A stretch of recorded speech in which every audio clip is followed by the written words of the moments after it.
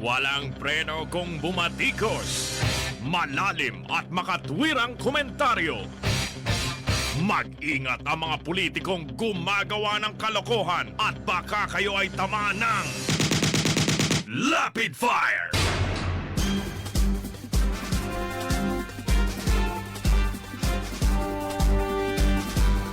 May bago na pong speaker, mga kaibigan. Ano po? Ito'y totoo na. Sapagkat niratipikahan na po ito ng Kamara, ng mga miyembro ng Kamara de Representantes de Judas Iscariote y Barrabas.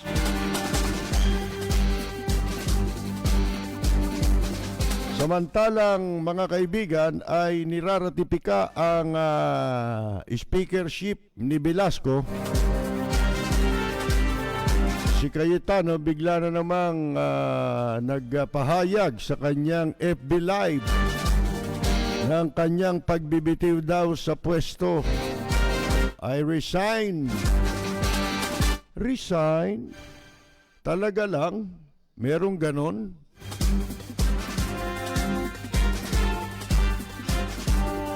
At kasabay po ng kanyang pahayag na siya'y nagbibitiw di umano sa speakership, kasabay po nito'y humingi din siya ng tawad. Lord, patawad kay Presidente Duterte. Ano po, ha?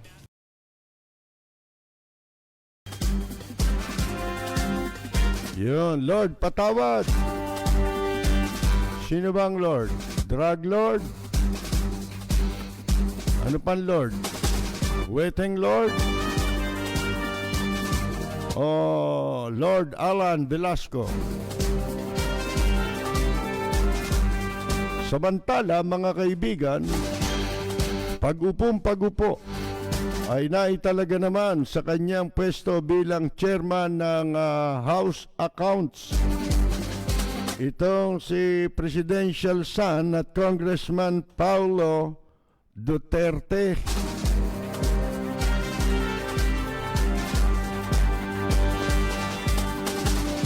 Hanip.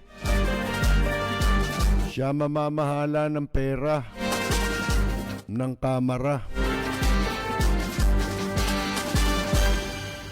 Ba't hindi nyo sa bangko ilagay yan? Pamalain nyo bangko. Kailangan pamilya eh. Pamilya masusunod. Family Corporation. The House of Representatives is a family corporation of the Duterte clan. Yun eh. Binatikos naman ng mga senador ito pong Philippine Presidential Commission, ano ba ito? PCOO, ano ba tawag dyan? Presidential Communications pala. Presidential Communications Office, ha? Dahil po sa pag-allocate ng bulto, ng pinakamalaking bulto ng budget o yung pinakamalaking halaga sa budget nito para sa sweldo at hindi para sa mga kagamitan. Bakit ganun?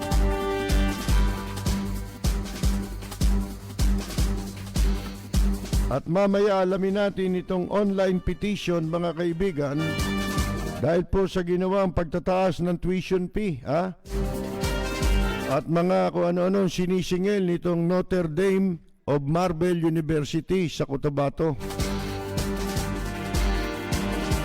Yan po'y ilan sa ating mga pag-uusapan.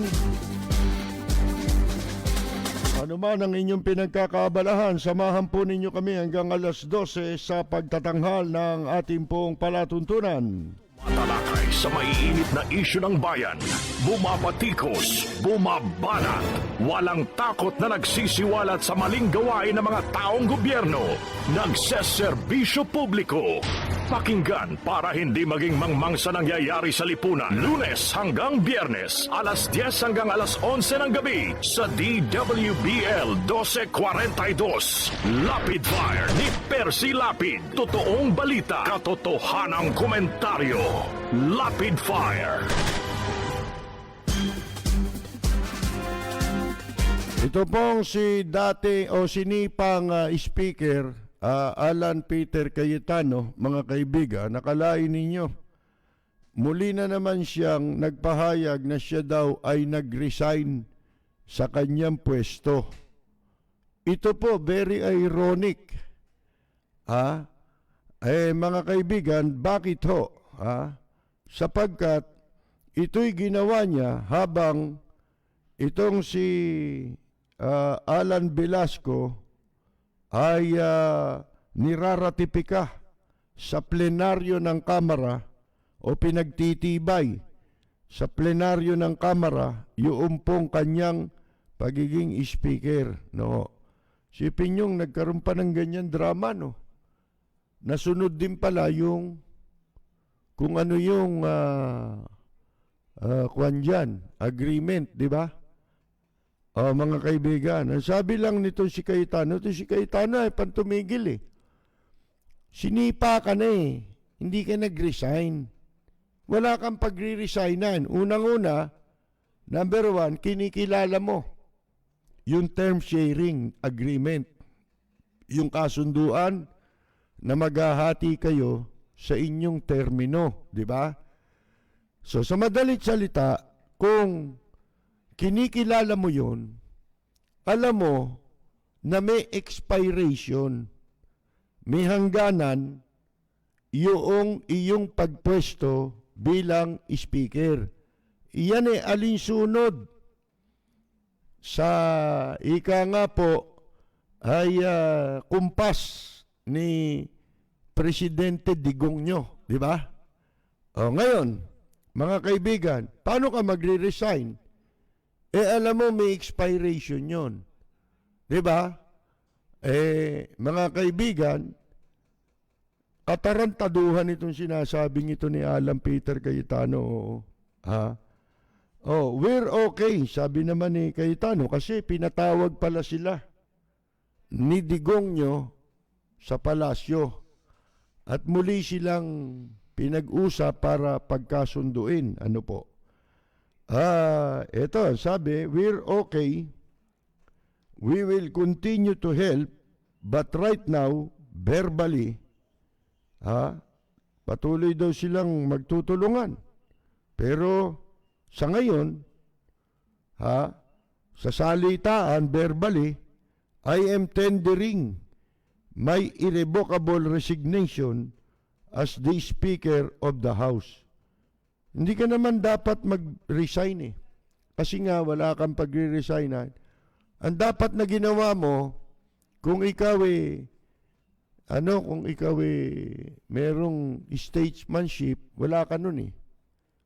Wala ka nung statesmanship. Wala ka ring palabra de honor. Wala ka word of honor. Pareho lang naman kayo eh. Alam namin, darating din ang oras, lilitaw rin ang tunay na kulay nitong Velascong ito. Sapagkat wala siyang ipinagkaiba sa iyo. Ang pinagkaiba lang nila sa iyo, ang pinagkaiba nyo lang, gusto mo maging mas marunong sa lahat. Di ba? Hindi pa natin nakikita dito kay Velasco yun, mga kaibigan. So, antayin natin yun. No? Kasi wala namang ipinagkaiba as far as the yung pagsunod kay Presidente Digongyo. Yun din yun eh. Ikaw, ganun ka rin. Rubber stamp ka rin. Ang Kamara sa panahon mo. Ganun din lilitaw ito. Katunayan, alam nyo kung bakit. Kauna-una, kaupo nitong si Velasco. Alam nyo, ginawa? Ipinroklama yung pong gayot. Yung gayot na. Matanda na. Hindi na siya pwede, hindi na siya qualified doon sa sa pwesto, mga kaibigan. Yung asawa naman ang pinanumpa na representative nitong Commission on Youth ba yan? National Youth Commission, yan. Kinatawan pala ng Duterte Youth. Yun ang pangalan ng party list, Duterte Youth. Buti hindi youth, Sabi ni Cayetano, si Andanar, di ba? Youth, yan. Duterte Youth, Duciel Cardeva. Bay pinanumpa agad ni ni Velasco. Pero, ito po'y kinu-question ng abogado, election lawyer.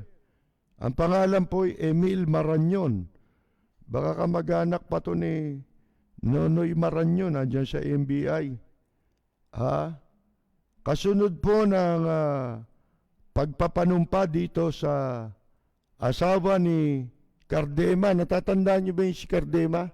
Yung sinibak sa National Youth Commission dahil gayot. At siya rin ang nominee dito po sa gayot na to. Duterte Gayots. Mga kaibigan, mamaya natin pag-uusapan yan dahil sinasabi ko lang sa inyo, yan ang kauna-unahan sa agendang ginawa nitong si Lord bilang speaker.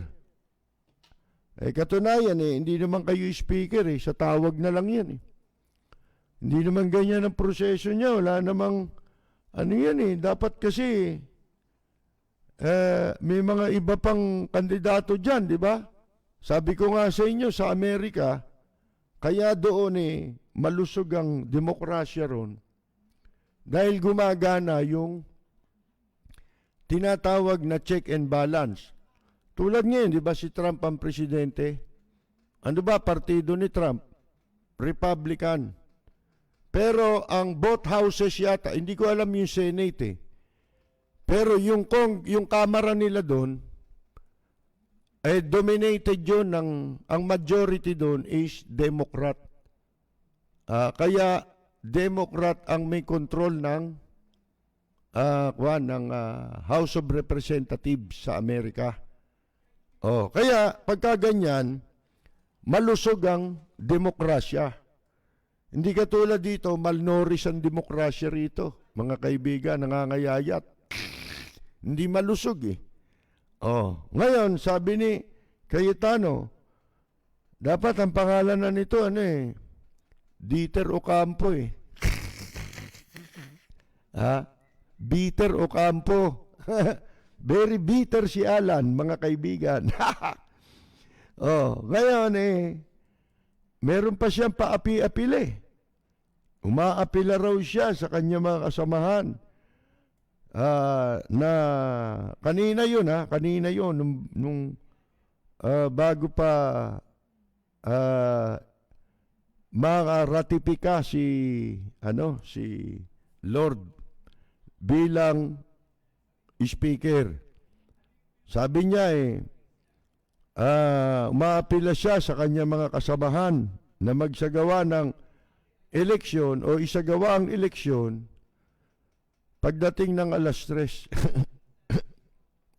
or the scheduled resumption of session for the budget deliberation. Kung babasahin ninyo ito si Alan, daldal lang ng daldal, para si Eli Soriano pala to Hindi iniisip yung sinasabi. Tingnan mo yung pagkakalagay dito sa sentence, however, Cayetano appealed to his colleagues to conduct the elections. May eleksyon mga kaibigan Bakit ka nag-resign? Saan ka nag-resign? Nagbobotohan eh. Di ba? O, paano ka nag-resign? Mga kaibigan, at 3 o'clock, elect your new speaker and pass the budget. You can elect at 3 o'clock. Walang maneuvers, walang political tactics na mangyayari dyan. Ba't di mo binanggit na kagaya mo? Puro ka maneuver. Di ba? Mga tactic ang pusit. Squid tactics. Tapos, pag iba, hindi nila pwedeng gawin. Alam nyo, kanina, di ba, parang sinalakay yung, batasan. Tinanggal yung padlock, kinailangan pang baklasin yung ron. Yung i-distrongkahin yung kandado, di ba? Dinistrongka yung kandado para makapasok. O ngayon, talagang wala magagawa si Cayetano kasi ang totoo, hindi ka na back up, di ba? Ano ka na? Touchy ka na lang kay Digong nyo, di ba? Ang binabaka pa ni yun eh. Yun ang sinunod nila.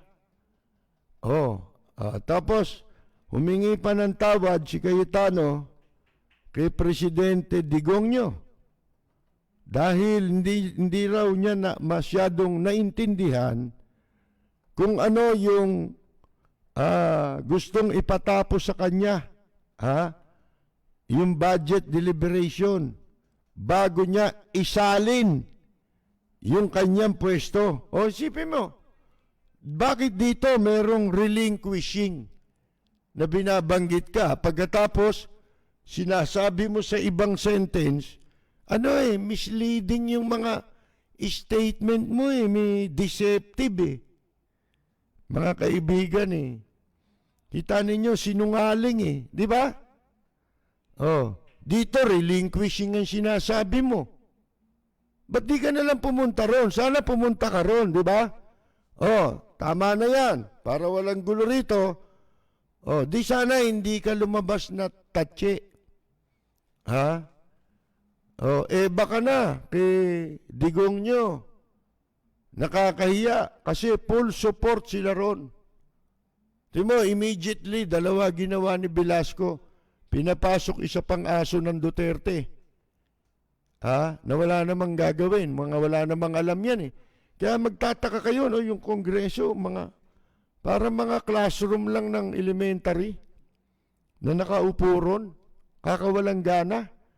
Tapos ang nagsasalta, yung mga may gatas pa sa nguso, na naging congressman dahil mayaman, nabibili yung party list, nabibili yung COMELEC. Sino yun?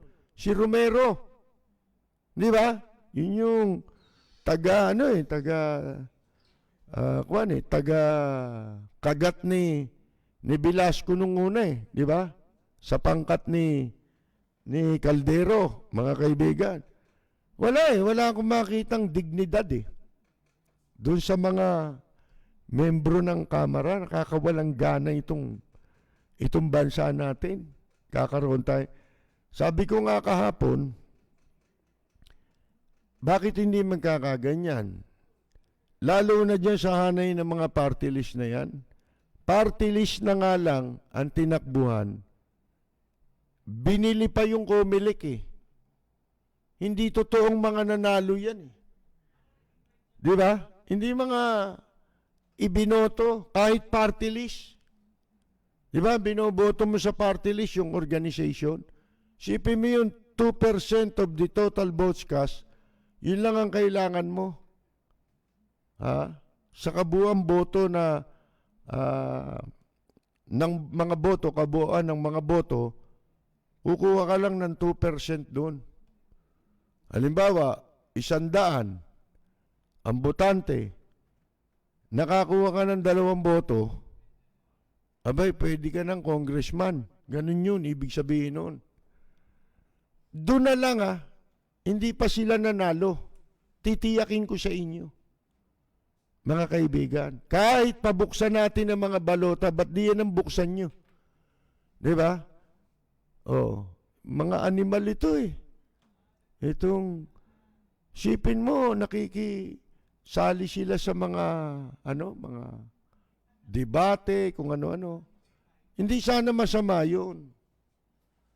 Kung yung debate patungkol dun sa issue, o anumang panukala, na may kinalaman yung kinakatawan mong party list. Halimbawa, senior citizen party list.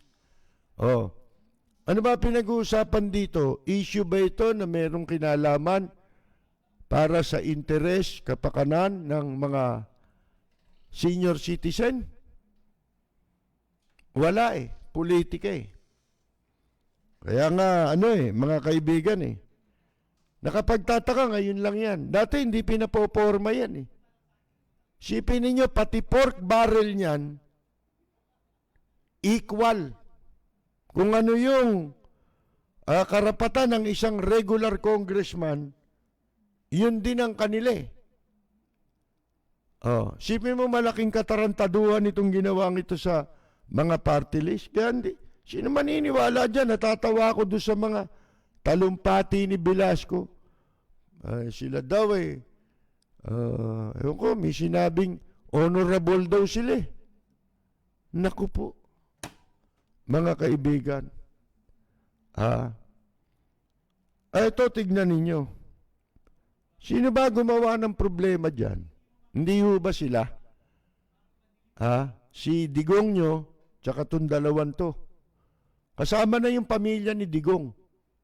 Kasi sila pala nagpapasya kung sino ilalagay dyan. Kita ninyo, pumunta rin kay Sara. Pagkatapos, hindi kontrolado naman ngayon ni Paulo Duterte yung pera ng Kamara. Di ba? Basta pera. O di, hindi ka po pwede dyan kapag napansing ikaw eh, hindi nila makukuha sa lokohan. Lalo na sa eleksyon. Ito'y paghahanda na ito eh. Mga kaibigan, para sa presidential bid ni Inday Ambisyosa sa Duterte, Sara Duterte, na naging anak lang ni Presidente Duterte, akalain nyo, naging na siya, presidentiable. Percy Lapid, bumabanat. Lapid Fire.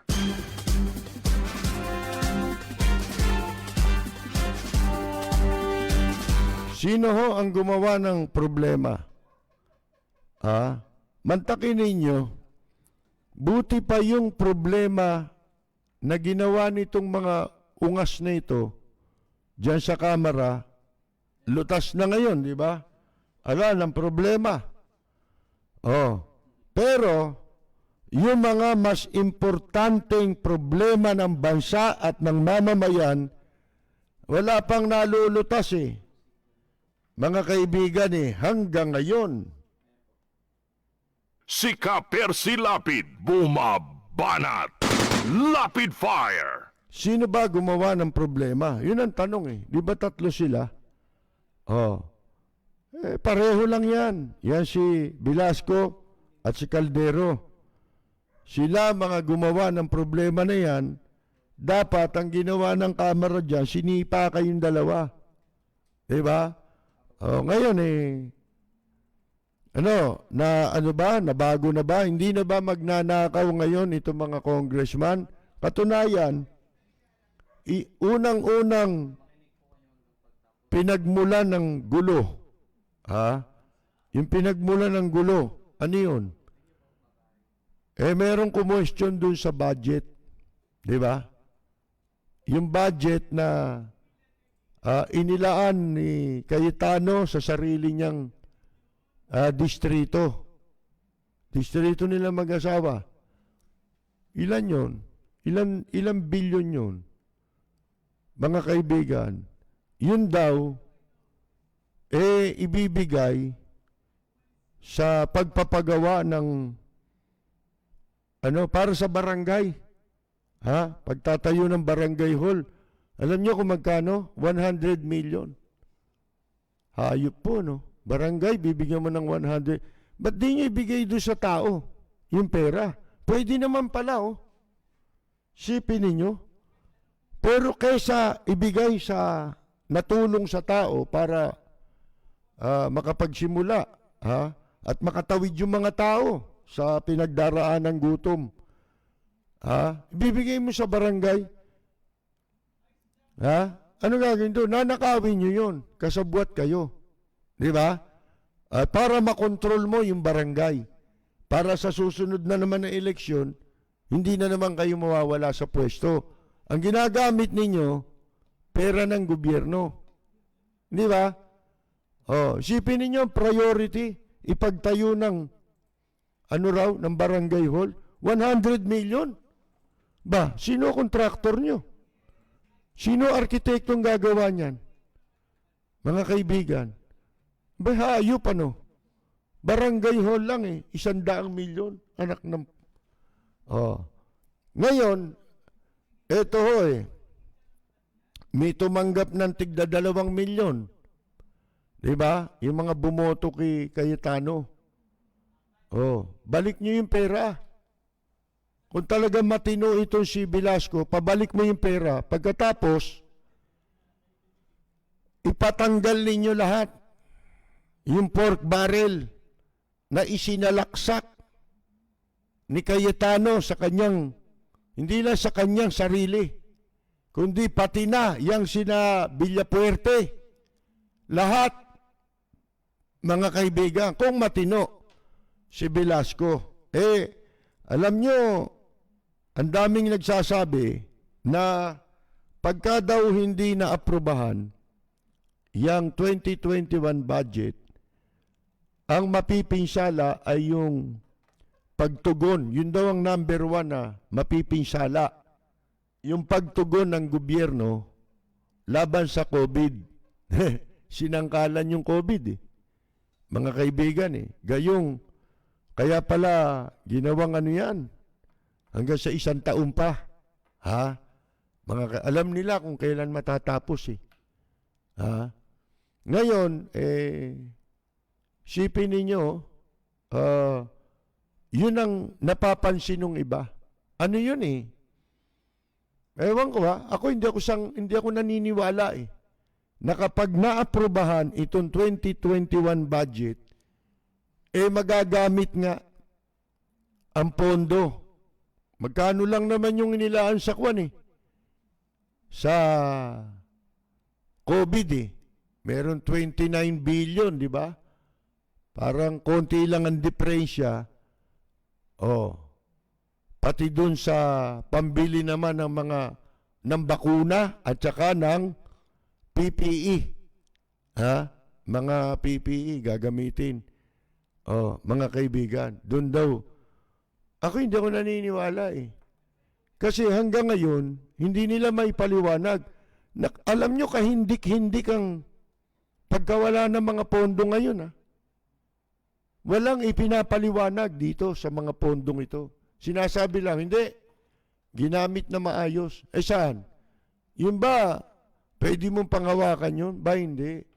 Katunayan, ang Commission on Audit mismo, maya't maya, pumunta kayo dun sa website ng Commission on Audit para magbusisi kayo. Magbusisi kayo. Tignan ninyo ang ginagawang audit ng Commission on Audit. Lahat ng kanilang ginawang pag-audit nung nakaraang taon, nakalagay sa website nila. Halos lahat pinara ng ng Commission on Audit Ano ibig sabihin ng pinara? Sinita. Mga kaibigan, sinisita ng COA. Halos lahat ng departamento. Hindi ba? Kamakailan yung 2.2 billion na gamot sa DOH na nalusaw lang yung gamot. Nalusaw din yung pera na 2.2 billion sapagkat yung mga gamot expired na. Oh, mga kaibigan, lahat halos ng agency, yung Bureau of Customs, ang naging deficit, shortfall, na hindi po naabot ng customs, ibig sabihin, yung kanilang target collection. Kasi po, taon-taon, ito mga collection agency natin, specifically ang Bureau of Customs, meron yan target collection eh. Halimbawa, para sa susunod, para sa taong ito, ano yung target collection ninyo? Magkano yung amount na makukolekta? Kasi pwede mo nang tansyahin yan eh. Hindi ba? Kasi meron mga regular importation eh. Di ba? May mga regular na dumadating na importation tayo eh. Dito sa Bureau of Customs. Kaya nalalaman nila kung magkano ang dapat kolektahin. Alam ba ninyo?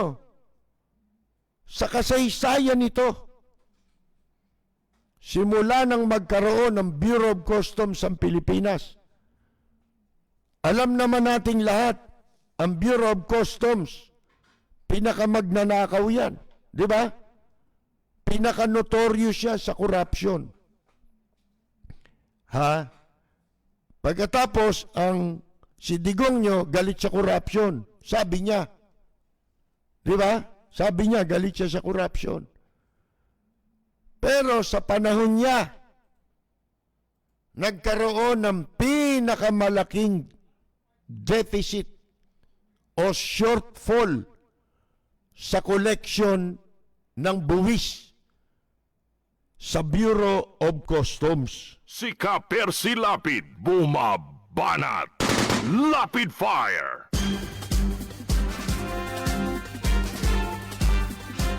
Malalaman po ninyo sa COA lahat ng katarantaduhan, halos lahat ng gobyerno o ahensya ng gobyerno, tanggapan ng gobyerno.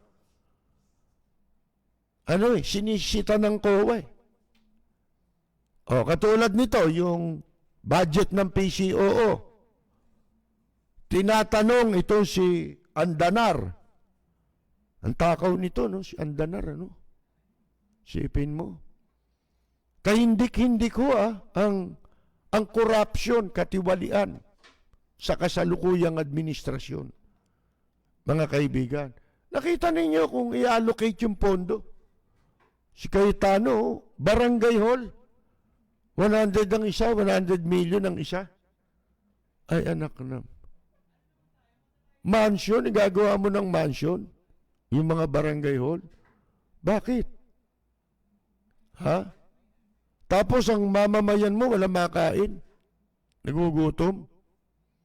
Dapat, di ba, kung talagang matino ka, ba ako, congressman ako, kaya mayor ako. Sila naman sakop nila lahat yun Sila mayor, dalawa silang congressman.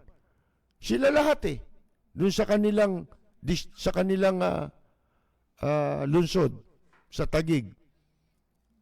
Mga kaibigan, isipin mo, ang laki-laking pera niya, no? Ang dami mong programang magagawa para tulungan ang mga negosyo, lalo na yung maliliit na negosyo na makabangon, makapagsimula. At itong mga mamamayan, na nagugutom. Ang daming programa, di ba? Bakit ang naisip mo magpatayo ng barangay hall? Makakain ba ng tao yan? Yung barangay hall? Mahilig kayo doon sa pero alam natin, nakaw yan. Bakit? Overpricing yan Sipin mo, barangay hall, 100 million. Hayop kayo. Malacanang yata itatayo nyo dyan Palasyo, mga kaibigan, 100 million. Anong katarantaduhan yan? Ngayon, ano ba itong, meron pang katiwalian pa yung kay yung mga kasama niya na congressman, yung mga deputy niya, katulad si Villapuerte, di ba? Ang laki rin ng, ng budget nun. Pagka yan, natanggal yan, ibig sabihin natanggal yung mga budget na pinagsasaksak nila dyan. Ibig sabihin may pag-asa tayo kay Velasco, pero I doubt. Siguro yung sa mga kalaban tatanggalin, ililipat naman dun sa bago, di ba? Tapos para maimbudo papunta sa Davao. Ganun yan mga kaibigan Ginagawa ng highway yung Davao Pagdating sa pondo, mga kaibigan, doon lahat ang bagsak Ngayon yan ang problema natin ngayon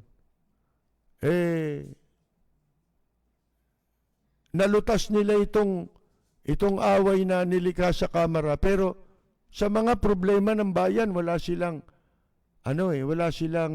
nilulutas, dinadagdagan pa.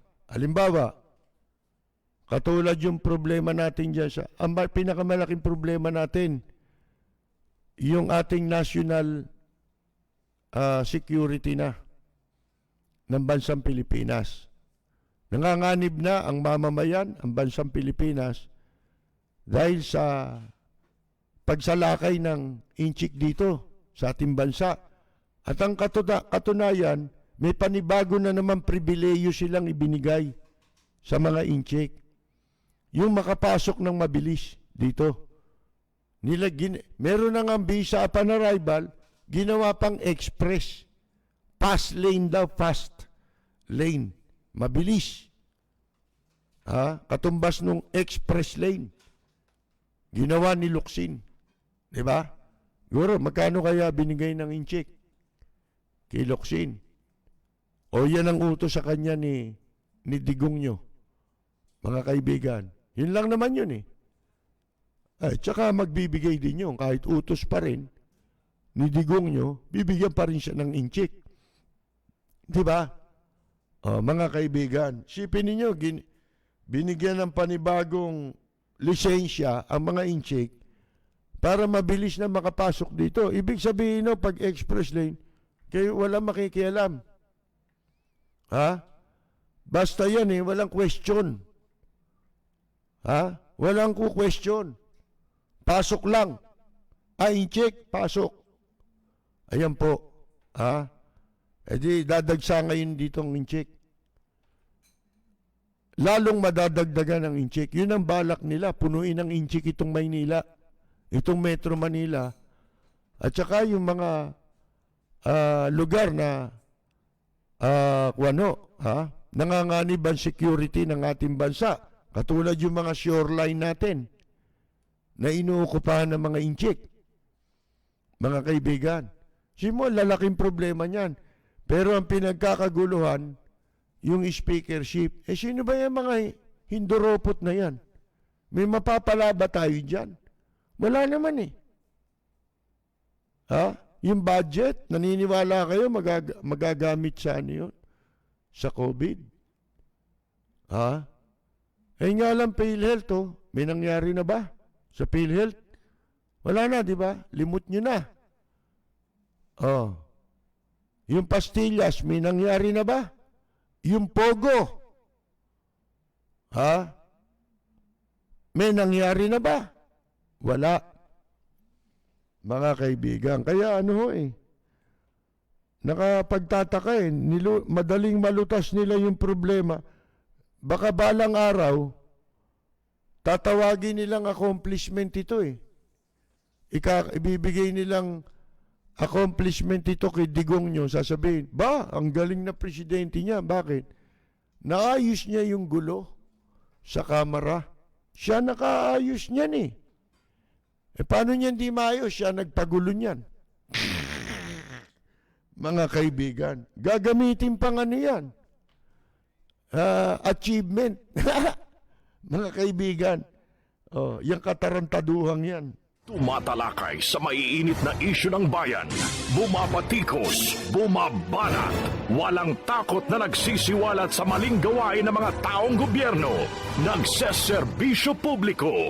Pakinggan para hindi maging mangmang sa nangyayari sa lipunan. Lunes hanggang Biyernes, alas 10 hanggang alas 11 ng gabi sa DWBL 1242. Lapid Fire ni Percy Lapid. Totoong balita, katotohanang komentaryo.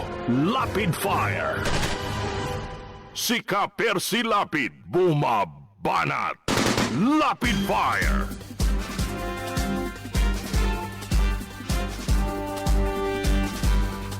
Talagang si Cayetano, ayaw pa rin iba yung sinasabi niya dun sa pinakikita niya. Di ba ang talagang dapat na ginawa niya para hindi na dinistrong kayong pintuan doon? Nag-ano to nagiganti na siya, dito sa dati niyang amo. Pero ayaw niyang ipakita ayaw niyang sabihin. Baliktad yung sinasabi niya, sasabihin niya, ang pagkakaalam ko talaga, I was to handle the budget and I was told until matapos yung budget para walang disruption. Wala namang ganun doon sa sa agreement Kaya tapos yan, kaya hindi tapos yan, hindi kasali yan. Lahat ng sinasabi mo, wala sa pinag-usapan nyo. Isa lang ang maliwanag, term sharing. So ngayon, sabi niya, Mr. President, if I made a mistake, mali ang reading ko. Mali daw ang reading niya. Minali mo yung reading mo. Hindi ka mali. Talaga sinadya mong maliin.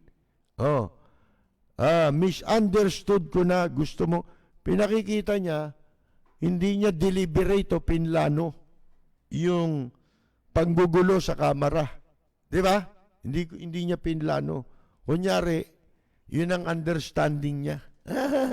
Bigla ka naging tanga, mga kaibigan, Tanga ka pala. Ba't di mo sinabing, I'm sorry, tanga po pala ako. Di ba? Sana ganun na sinabi mo. O baka may sumimpat siya pa sa'yo. Ba? Honest pala to, no? Tanga siya. Di ba? Ay wala. Ano pinagsasabi mo? Pero, at saka ito pa, na hindi sincere. Walang sincerity itong taong ito sa kanyang sinasabi. Dadalawa lang. Sabi mo, okay na kayo. Sabi mo, nagkasundo na, tutulong na. Bakit sinasabi pa rin niya na, dadalawa lang ang house ng Congress. Yun daw ko ang ginawa dun sa sports complex, yun daw fake, di ba? Inuulit niya yun, hindi niya na sinabing fake ngayon. Sabi niya, dadalawa lang ang house ng Kongreso, Senado. Kongreso, walang third house na tinatawag pong Celebrity Sports Club. Ang members ay members ng sports club, hindi members ng Kongreso. Tado, kahit saan gawin ang deklarasyon, kung ang mga magdedeklara, kasapi lahat ng House of Representatives, pwede yun. Di ba tayo nga nagsasabi, nung unang ginawa ni Cayetano yan? Di ba? Yung nag-resign daw siya. Ano sabi natin ba? Baguhin ninyo yung ginawa ni Cayetano. Di ba? Gumawa kayo ng paraan. Ito naman, naisip nilang paraan siguro dahil plano na nila to. Suportado si Velasco nung di ba? Sinasabi natin nung una pa lamang, si Sara Duterte ang nasa likod niyan. Di ba? Hugpong ng panggagago, pagbabago, mga kaibigan. Katakot-takot ang pasalamat ni Velasco sa pamilya. Sana kung kay Presidente Duterte lang, kahit na nakialam, di ba? Sinasabing hindi raw sila nakialam. Hindi. Lahat pinisalamatan niya. Si Sara, si Paulo, di ba? Lahat, buong pamilya. Ang nangyari po dito, from one dynasty to another. Akala nyo ba si Cayetano lang ang dynasty? Si Velasco, dynasty rin yan. Kaya ito si Cayetano ngayon namamalimos na ng simpatya sa media ngayon Dahil sa sinapit niyang kahihiyan, tinadyakan, pinatalsik, sa pwesto. Yung sinasabi nila ngayon, masama kang leader. Diyan sa kamera, isa kang gago, isa kang mandurugas. Yan ang katumbas lahat ng mga sinasabi ngayon. Diba, Caldero, Cayetano? Ngayon, namamalimos na siya ng simpatya mula sa media. Mga kaibigan, katunayan may sinasabi yan May sinabi raw tungkol sa media ngayon, to si Cayetano. Cayetano pala, mga kaibigan. Teka, hanapin ko. Kapraso lang naman yun Mga kaibigan Ito po titignan ko lang Ano yung sinasabi sabi ni Cayetano. Kaiba sa dati niyang sinabi. Bigla siya nangailangan ngayon ng media. Mga kaibigan. Ano sabi niya ito? Yan.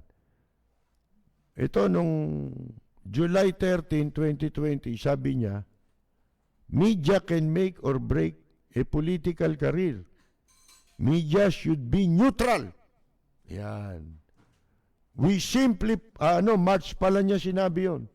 Dapat daw maging neutral. Dahil ang media pwede kang sirain o kaya tulungan, di ba? March 3 yun, 2020. Nung July 13, sabi niya, we simply put an end to the privilege of one family. Yan. Lopez, ito yung sa prangkisa.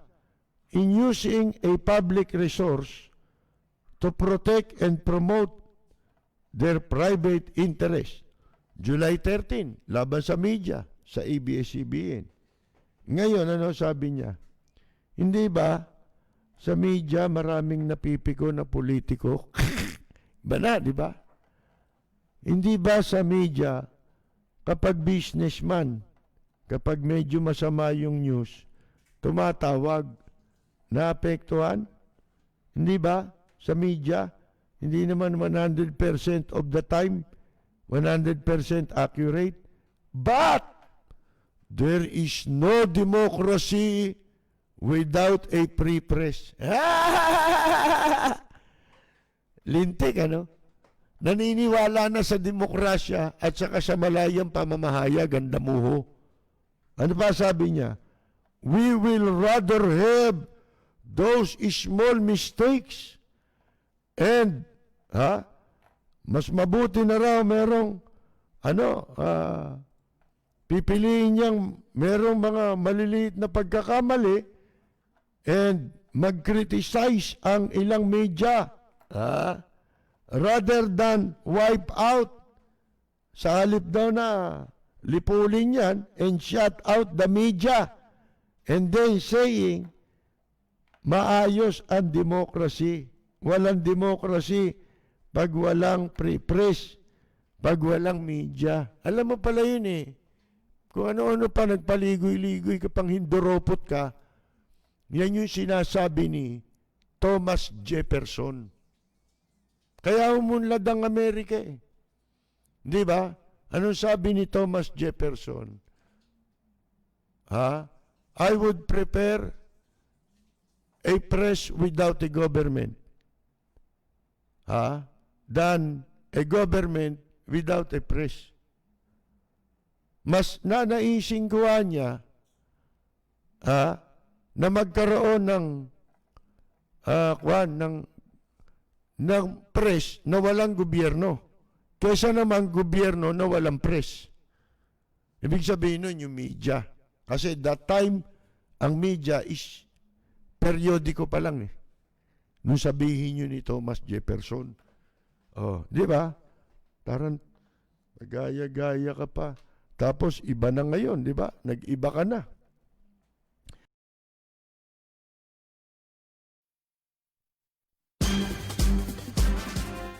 Ayun, mga kaibigan, ano? Alam Peter Cayetano talaga, oh. Sabi ko nga sa inyo, naalala ko si Attorney Alan Pagya. Ano sabi ni Attorney Alan Pagya sa akin nung araw? Alam mo, Anya, ang media, yan ang pinaka-importante sa lahat. Diba?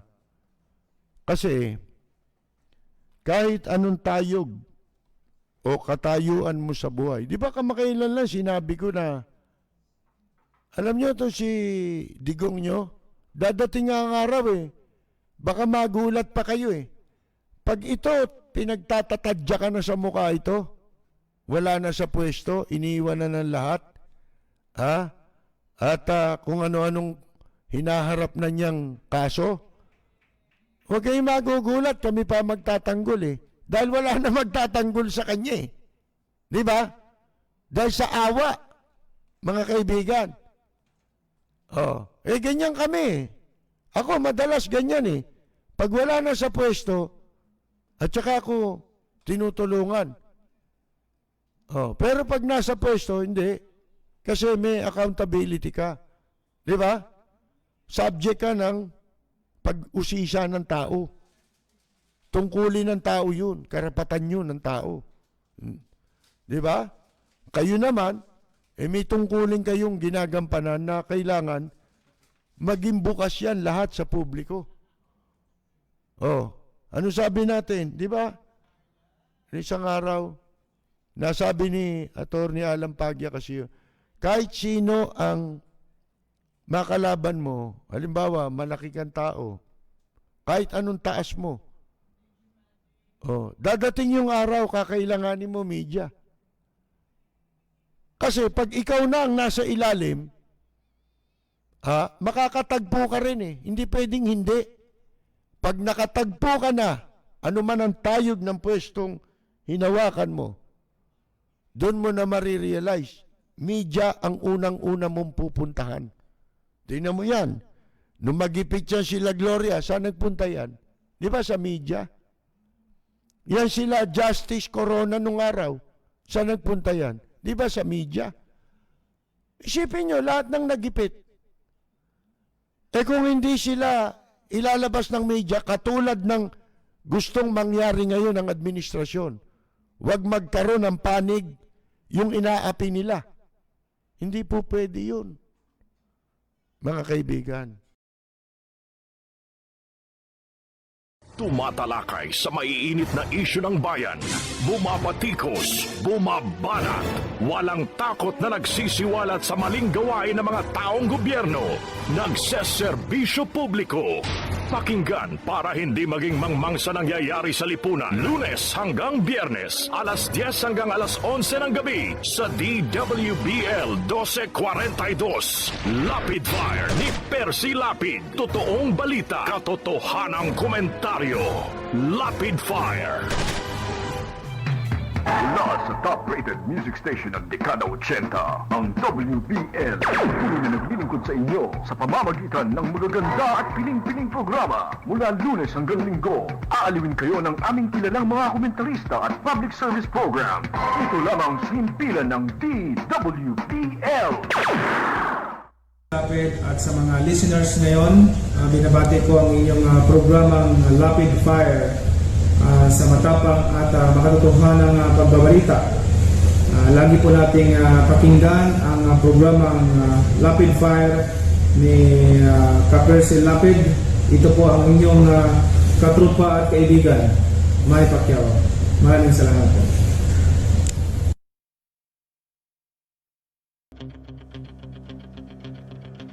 Walang preno kung bumatikos. malalim at makatwirang komentaryo. Mag-ingat ang mga politikong gumagawa ng kalokohan at baka kayo ay tamaan ng Lapid Fire!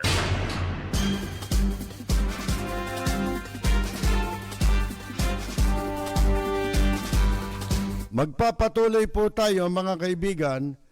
Ang sinasabi lang natin yung Kongreso, yung mga politiko, kita naman ninyo, bakit hindi gugulo eleksyon dito? Kung sila magulo. Di ba? Logic yun mga kaibigan sa kanila nagsisimula Nagbibilang si Cayetano ng supporter niya. At pagka pinagsama mo yung supporter niya sa kwenta niya, tsaka yung kwenta ni Velasco, lagpas ang bilang sa miyembro ng Kamara. Dagdag bawas Talagang ginagawa nila yun di ba? Pati sa eleksyon.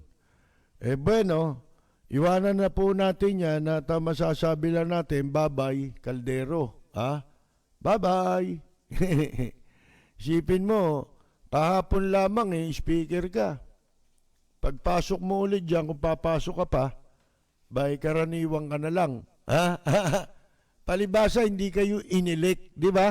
Hindi nyo kasi sinunod yung proseso Yung sinasabi natin, marami sa kanila, hindi naman ibinoto Di ba? Ang laki ng protesta ron sa Taguig nung nakaraang eleksyon.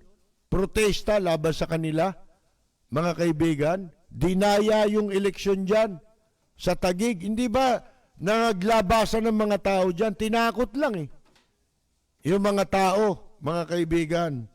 So yun po Kaya nalilate ang gobyerno dahil marami sa nakaupo, hindi talagang inihalal ng taong bayan. Si Percy Lapid, bumabanat.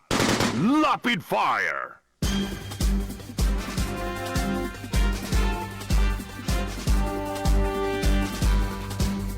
Ito naman ang sabi sa ng mga senador dito sa Presidential Communications Operations Office, bakit kayo nag-allocate o naglagay ng budget na ang pinakamalaki na pinaglaanan ninyo yung sweldo at kasi mamahal ng sweldo diyan. Ang daming attached agency nito at ito rin ang humahawak sa mga sequestered na station, hindi lang government station, pati yung IBC Channel 13. Di ba sino ba nakaupo doon? Si Butanding, si Fat de Castro. Mataba yun mga kaibigan Ubod ng taba yun, di ba? Parang Butanding na nakabikangkang yun, nagpapakuha pa ng litrato. Nung siya'y nasa tourism, kasama niya yung boyfriend niya. Iniikot nila lahat ng resort dito sa Pilipinas. Libre. Gastos ng Department of Tourism. Nagkakaso yan, di ba? Pero sa nilagay. Ito, double compensation yan. Yan si Fat de Castro, anak ni Noli de Castro. Mga kaibigan, sumusweldo na sa Channel 13, sumusweldo pa sa PTV4. Ano ba ang alam niyan? Mga kaibigan, ano ba ang kita ninyo, pati hindi lang sa elective position, naglalagay sila ng mga disqualified, humawak ng pwesto. Ang dami dyan, undersecretary, falsificado diploma. Mga kaibigan, ang pinresentang mga credential, recto. Gawa sa recto. Pero mga tataas ng pwesto, tingnan mo yung kumikita dyan sa Dolomite. Isa pa yun Wala naman tinapos yun. Sinasabi, gumraduate. Kailan? Sige nga, maglabas tayo ng mga credential ninyo. Di ba? Puro peke Hindi nga nakatapos kahit high school Mga kaibigan, paano naging undersecretary yan? Mga yan. Double compensation si Fat de Castro. mga kaibigan. Sumusweldo na siya sa Channel 13, sumusweldo pa siya sa Channel 4. May batas po yun. Ipinagbabawal kang sumweldo ng 2 beses o ng 2 sweldo, tumatanggap ka ng 2 sweldo sa magkahiwalay na tanggapan ng gobyerno. Ang tawag doon, double compensation. Mga kaibigan, labag sa batas. Paano mong kakasuhan? Wala namang alam, bawal na magkaso ngayon Sa ombudsman, bawal na. Hawak na nila lahat Sabi ko sa inyo, kung si Presidente Duterte lang napapaimprenta tao, pinaimprenta na niya sarili niya para lahat ng sangay ng gobyerno siya na nakaupo. Ngayon, ang sabi dito, sa deliberation ng budget, proposed 1.59 billion budget ang inihingi ng PCOO. Pero itong PCOO, napakaraming undersecretaries, assistant secretaries, at general managers. Yan ang sabi. Ako, may criticism ako. Huwag kayong magagalit. Sabi ni Gordon, ang dami niyong undersecretaries, ang dami niyong assistant secretaries, and dami ninyong general managers. Ayun na natin sabihin yung sinabi niya na ako, sa Philippine Red Cross, I minimize expenses. I get the people that I really need. In fact, sa Red Cross ang nagpapatakbo niyan, 4 o 5 tao. Yan, sabi ni Gordon. You really have to choose, sabi niya, where you want to fight. You cannot spread all your money in so many things. Sabi naman ni Amy Marcos, yun daw 1.59 billion proposed budget ng PCOO, ito'y inutil itong tanggapang ito Mga kaibigan alam ba ninyo, marami sa tanggapan ng PCOO, under ng PCOO, wala namang kasaysayan Yung Philippine News Agency, wala yan Ano bang yan? Yan yung gumagawa ng news. Na nilagay nila sa kanilang website, istorya ng Department of Labor and Employment. Di ba ang tawag sa Department of Labor and Employment, DOLE? Di ba? Yung acronym, initial nung departamento, DOLE. Akalain nyo, ginamit na logo dyan, di ba? Yung DOL Philippines. At yan din yung nagbalita na namatay na si Goles, na ibang pangalan ng ginamit nila, pangalan. Kilalang tao si Goles. Kilalang opisyal ng gobyerno yun. Matagal. Maraming hinawakan pwesto bukod sa dati siyang Philippine Navy. Di ba? Mga kaibigan, meron pa. Inilabas yung isang dignitary na bago umuwi ng bansa. Mali rin yung referral doon sa nationality ng tao. Isipin ninyong katarantaduhan yan. Wala naman yan Isa yan sa mga patabaing baboy. Ginagamit lang ng mga opisyal yan sa PCOO, mga kaibigan, para pagkapirahan. Yung istasyon ng radyo, yung dating radyo ng bayan, na ang pangalan niyan nasa ilalim yan ng Bureau of Broadcast. Bureau of Broadcast Services. Mga kaibigan, ang daming istasyon yan, provincial station. Pero karamihan sa mga istasyon yan sa probinsya, hindi na ho gumagana. Pero patuloy silang kumukubra, nag-allocate ng budget para sa mga provincial station na hindi naman umaandar yung istasyon. Nagpapasweldo sila ng mga tao ron na wala naman. Wala naman silang dapat pasweldoin dahil sarado yung istasyon. Bakit? Sira-sira na eh. Hindi na gumagana mga transmitter. Yan ang pinakamaraming istasyon sa Pilipinas. Mga kaibigan. Inimbestigahan ba yan? At ang balita natin, ibinebenta nila ngayon sa mga probinsya, yung mga gusto mag-invest, kinukuha na nila ng tigli 5 milyong piso. Halimbawa ako, gusto ko magkaroon ng istasyon. Magbibigay ka, hindi ka nakukuha ng prangkisa.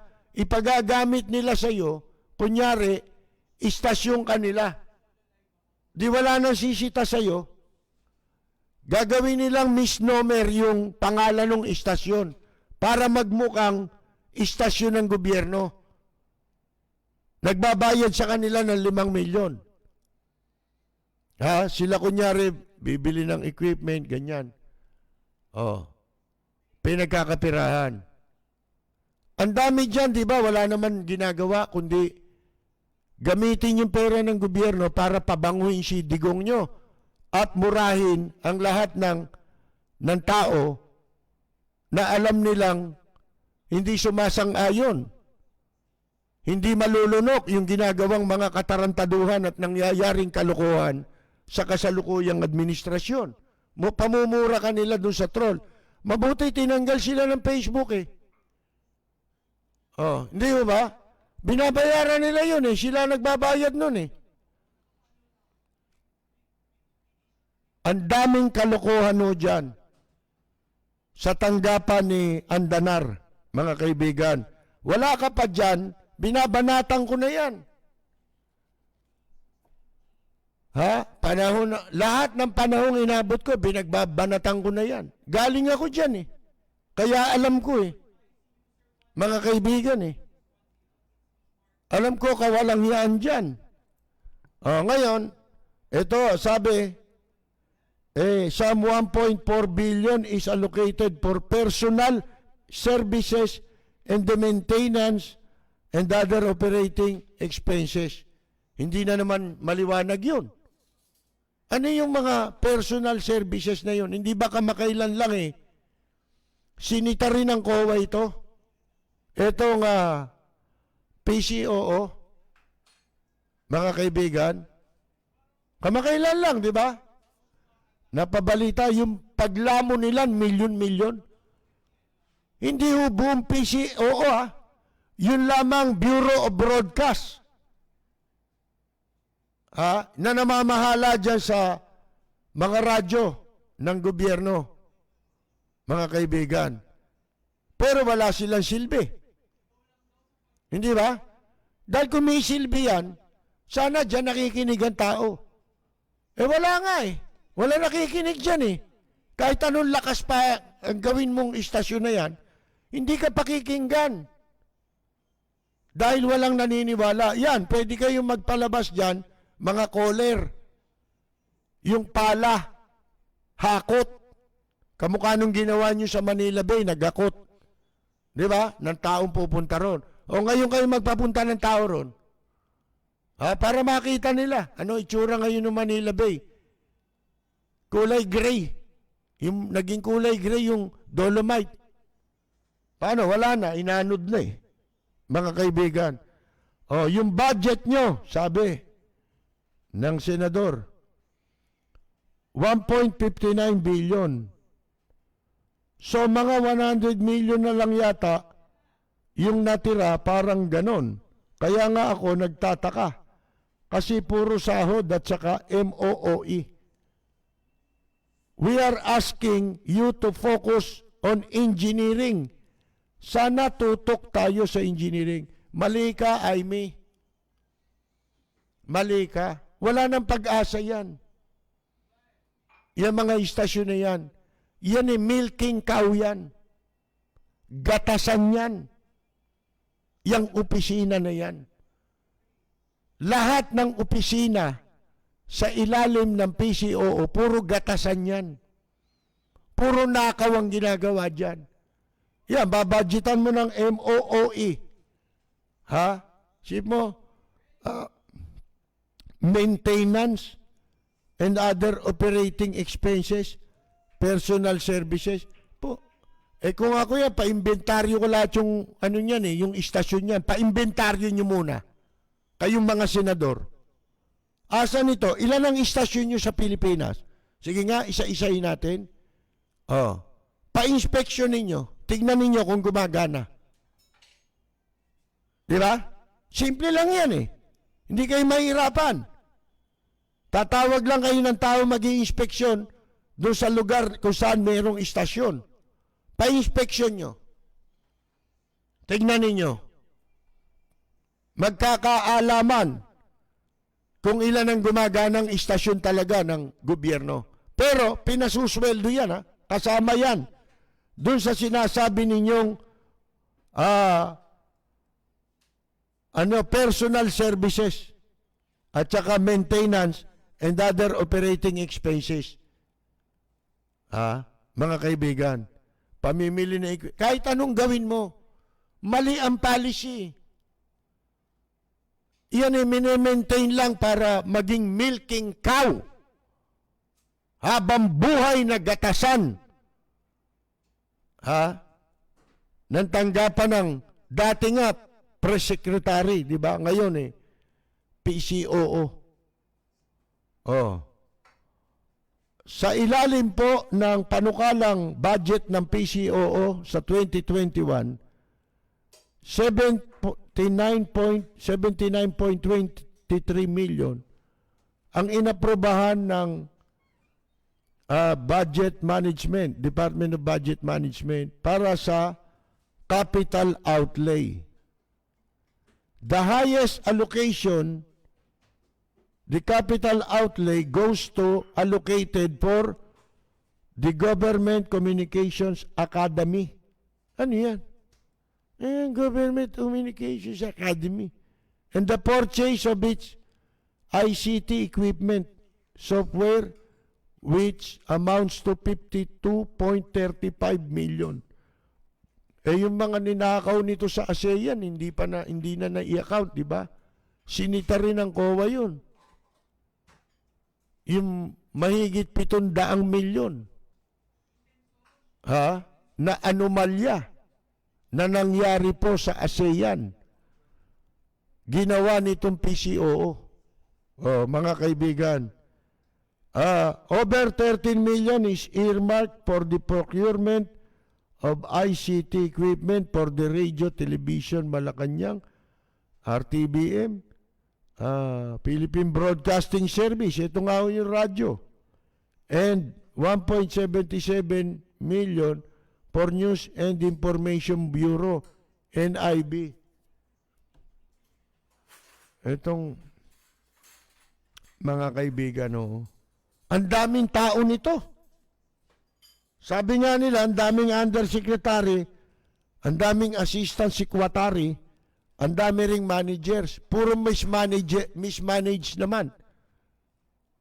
Mismanagement. Ang lahat ng tanggapan. Sipin mo bakit si Pat De Castro may pwesto na, samantalang yung mga manggagawa sa IBC 13, ang liliit ng sweldo. Mga kaibigan, sila nagpapasasa sa sweldo. Yung mga opisyal ng Channel 13. Di siyempre, ganun din sa 4. Yun ngang kwan yung commercial nila, Wanda Teo, di ba? Tsaka ni Tulupong. Asa na yun? Ha? Yung mahigit 100 milyon, nabayaran ba? Naibayad ba? Naibalik ba?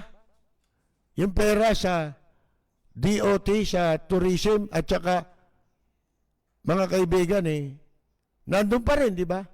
Pati programa nila, nandun pa rin. Walang yaan na. Ito dito, face to face mga kaibigan. Ngayon lang ako nakakita ng ganito. Ilang administrasyon na ho ang dinaanan natin. Wala pong katulad dito. Ha? Dito tahasan ang panloloko. Halimbawa, yung Manila Bay, di ba? Sabi, hindi naman totoong ano yan Inanod yung dolomite nung umulan. Ba't may gray? Yun anyang gray, humalo yung gray na buhangin. Ano ibig sabihin? Napunta sa ibabaw yung nasa ilalim. Nagpalit sila. Ba may isip yung buhangin. Marunong makipagpalit ng pwesto. Sa dolomite. Mga kaibigan. Mga tarantado. Kung ma-improve lang po, Ito sabi, I was in Region 10. Yan. Sino ba itong nagsasalitang ito? Nakausap ko po yung regional director. Meron kaming 1 million students. Ito si Andanar na walang laman ng ulo. Malaking tao pero wala rin laman ng kukote, kamukha ni Bato. Wala na, mga kaibigan. Ang laki ng hinihinging budget na nakawin ito. Kasi ito, tatakbo rin senador ito plano rin ito, kumandidatong senador. Sipin nyo, kapal ng muka. Bakit ka magiging senador? Diba? Bakit? Si Ka-Percy Lapid, bumabanat. Lapid Fire.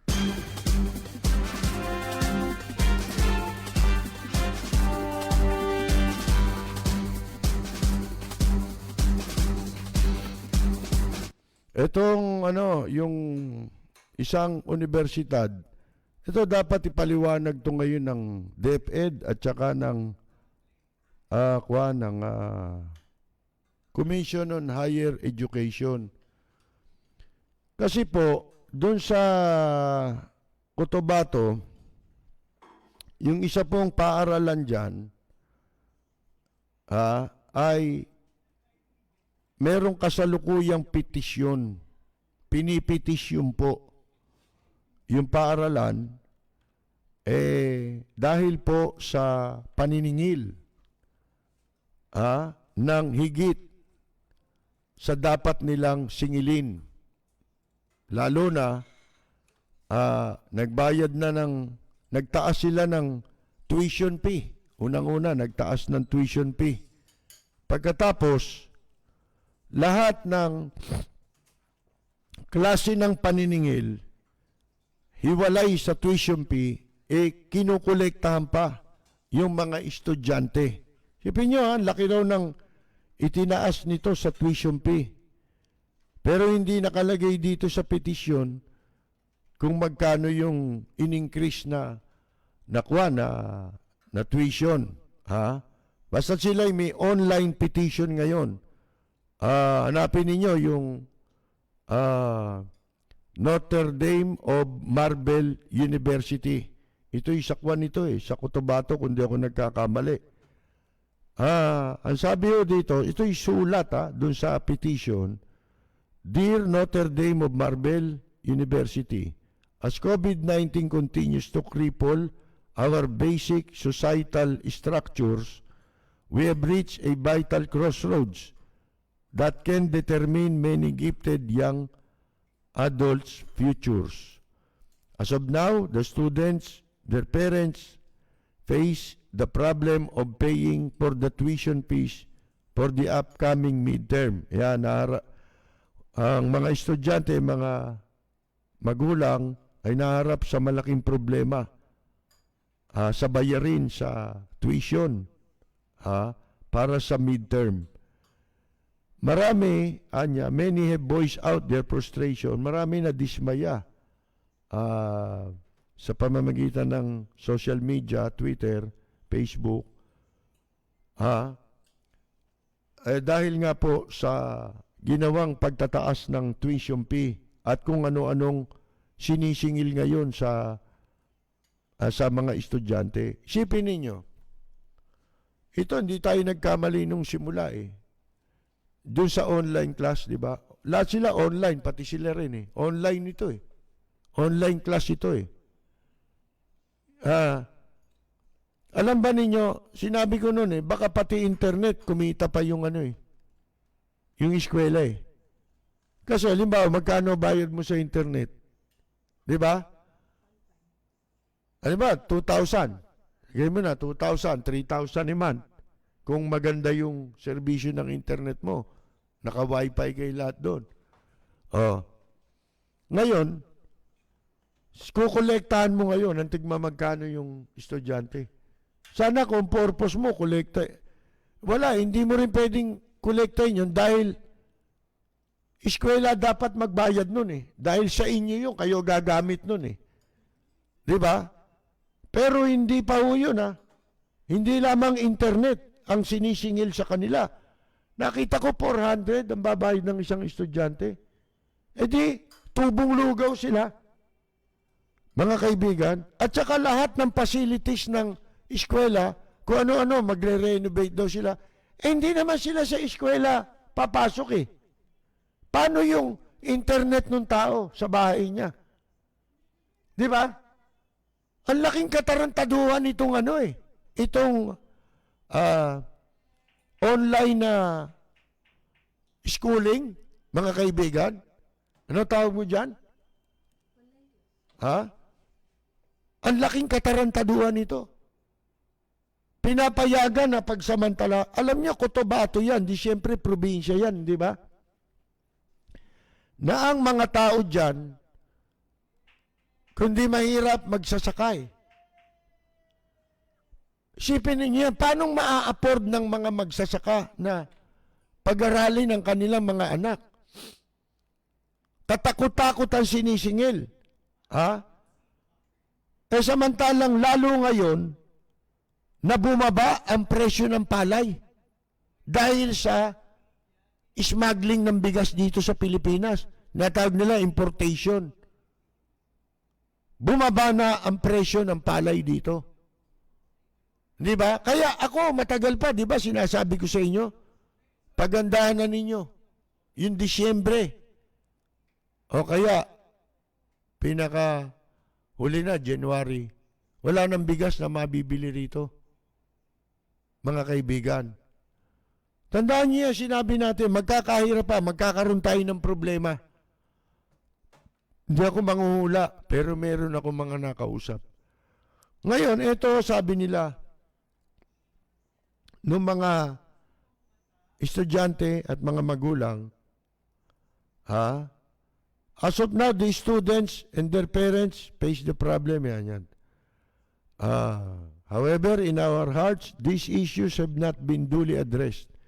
We believe that students should only be paying. Ito, paniwalaan niya namin na mga estudyante ay dapat lamang magbayad ng full tuition for the full university and college experience. Kung ano lang yung tuition fee ang dapat bayaran. Kasi sa tuition fee, kasama na lahat dun eh. Di ba? Tuition fee.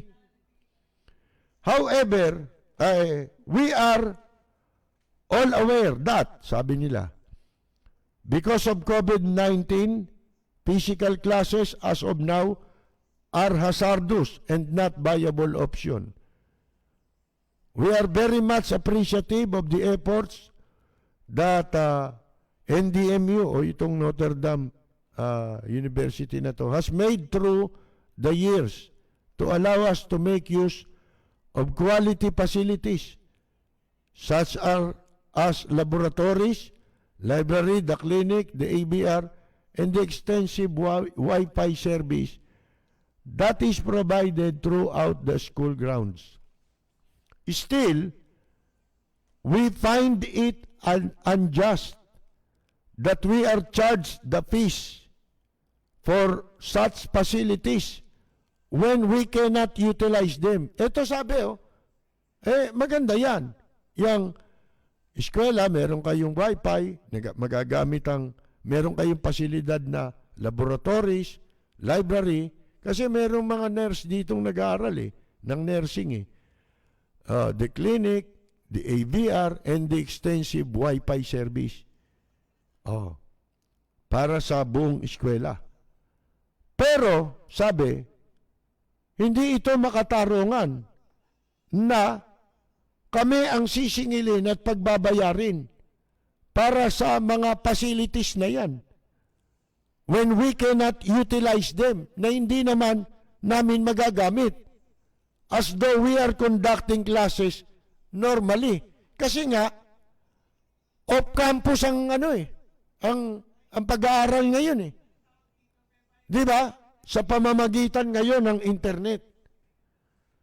Di ba? Online ang klase. Paano sila makakapunta ron? Hindi naman nila gagamitin yun Bakit sinisingil sa kanila? Bukod sa tuition fee ay sinisingil sila. We also put into question, sabi the other miscellaneous fees that we are being required to pay for such as the electricity. Isipin mo yung pati kuryente. Mga kaibigan, at saka yung mga cultural and sports-related events, hindi nga pupunta ron sa eskwela Sa bahay nga sila mag-aaral Talaga walang ya itong mga nakaupong ito sa DepEd. Alam kaya nila ito? Palagi ko alam nila ito Isipin ninyo, sa kalagitnaan ng pandemya na napakaraming nagdurusa, itataon mo yan, para kayong Meralco, hayop kayo Di ba? Kasing hayop nyo na, Meralco. Yan ang masama Mga kaibigan lahat na lamang dito, pinapayagan ng gobyerno na pagsamantalahan ang mamamayan. Isipin ninyong pagsasamantalayan. Walang ginagawa ang gobyerno. Sabi ko nga kanina, mabuti pa yung si Galot dyan sa kamera na sila gumawa, natapos nyo na. Pero mga problema ng bansa natin, problema ng mga mamamayan, hanggang ngayon, wala kayong nalulutas. Si Percy Lapid, bumabanat. Lapid Fire.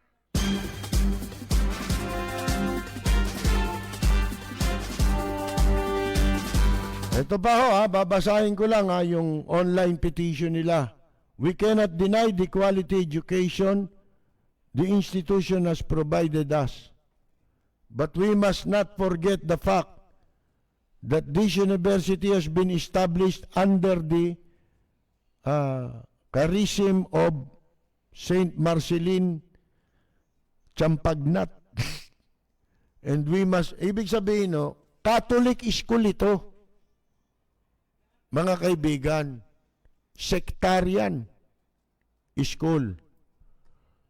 Bakit nga naman itong mga, kung sino pa yung pinatatakbo ng simbahan, yung pa mga mahal maningil ng tuition fee at nagpapahirap sa mga tao, nagsasamantala. Hindi ba ang daming nagsamantala ngayon sa pandemyang ito, pinagsamantalahan ng PhilHealth, ospital, mga may-ari ng ospital, kasabwat ang PhilHealth. Isang araw ka pa lang sa ospital, 400,000 na ang babayaran mo, ang billing mo. Tapos ilalagay kang COVID kahit hindi ka COVID. Para yung 750,000 makuha nila, iba pa yung sisingilin sa'yo. Diba? Kukolektahin nila yung sa PhilHealth, automatic. Mga kaibigan, ang Meralco, lintik po ang tubig Sabi nga ang tubig pala sa ibang bansa, lalo sa Canada, libre ho kami tubig dito. Wala kaming binabayaran sa tubig. Talaga naman tayong walang dapat bayaran kundi serbisyo eh. Pero pag binasa mo, billing mo kung ano-ano. Di ba? Sapagkat ang tubig, walang nagmimiyari niyan eh. Lahat tayo may-ari ng tubig eh. Di ba? Kaya nakita ninyo sa mga bansang meron langis, yung mga may langis na bansa, ang mga tao dyan, kasama silang nabubuhay. Binubuhay sila ng gobyerno. Kaya mga tamad dyan, yung mga Arabo, di ba? Paano? May ano yan eh, may tinatanggap yan eh. Mula sa gobyerno bilang kita sa langis. Mga kaibigan. Kaya ang gasolina ron, mas mahal pa ang tubig doon kaysa sa gasolina. Mga kaibigan, mura, mabibili mo ron. Kumbaga, serbisyo lang nung gasolina, binabayaran mo. Di ba? Mga kaibigan, tubig, wala sila kasing tubig doon. Ganun o eh. Etong pinag-aawayan dyan sa South China Sea, langis yan eh. Gustong kamkamin niya ng inchik. Pumapayag si Digong nyo, siya lang ang kikita dyan eh. Sila lang ang makikinabang dyan. Kaya niya pinapayagan ng inchik dyan. Mga kaibigan, sipin ninyo, gaano kalaking kwarta yan? Kung yan po, dapat ang mga langis dito pinakikinabangan ng Pilipino, katulad sa Brunei. Ang mga tao dyan, may sweldo rin eh. Galing sa gobyerno eh. Dahil sa langis. Mga kaibigan, isipin ninyo, di ba dapat ang mga tao rito may nakukuha? Doon sa Malampaya. Sino mga nakinabang sa Malampaya? At makikinabang ngayon? Si Digong nyo eh. Bakit? Yung Dennis Uyang may control ngayon nung Malampaya. Mga kaibigan, umalis na yung Shell eh. Etong ang dami raw laman yan, yan langis na yan gustong makuha ng inchik, kinukuha ng inchik. Hindi na naman makikinabang ang mga Pilipino dyan. Dapat maginhawa ang buhay ng mga Pilipino eh. Kung paano yung mga Arabo, magiginhawa buhay nun eh. Hindi nila kailangan magtrabaho. Karagdagan na lang yung trabaho sa kanila. Dahil kahit wala silang trabaho, binubuhay sila ng gobyerno nila. Dahil may bahagi silang lahat sa kinikita ng langis. Dapat ganun ang mga Pilipino. Pero wala. Pinagbibili ng leader para sila lang ang kumita. At manatiling busabos ang mga mamamayan. Si Ka Percy Lapid bumabanat. Lapid Fire.